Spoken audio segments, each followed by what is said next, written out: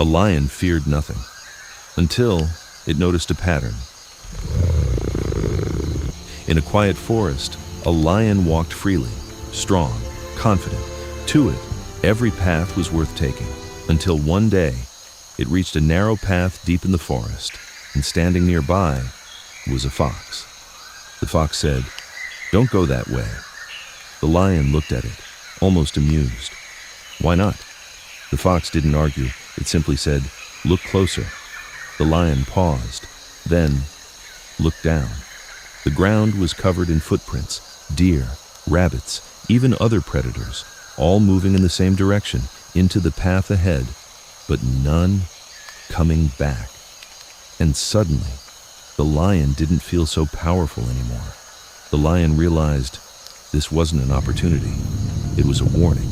It took a step back, turned away, and chose a different path. Because not every path is meant to be followed. Some are there to test if you're paying attention.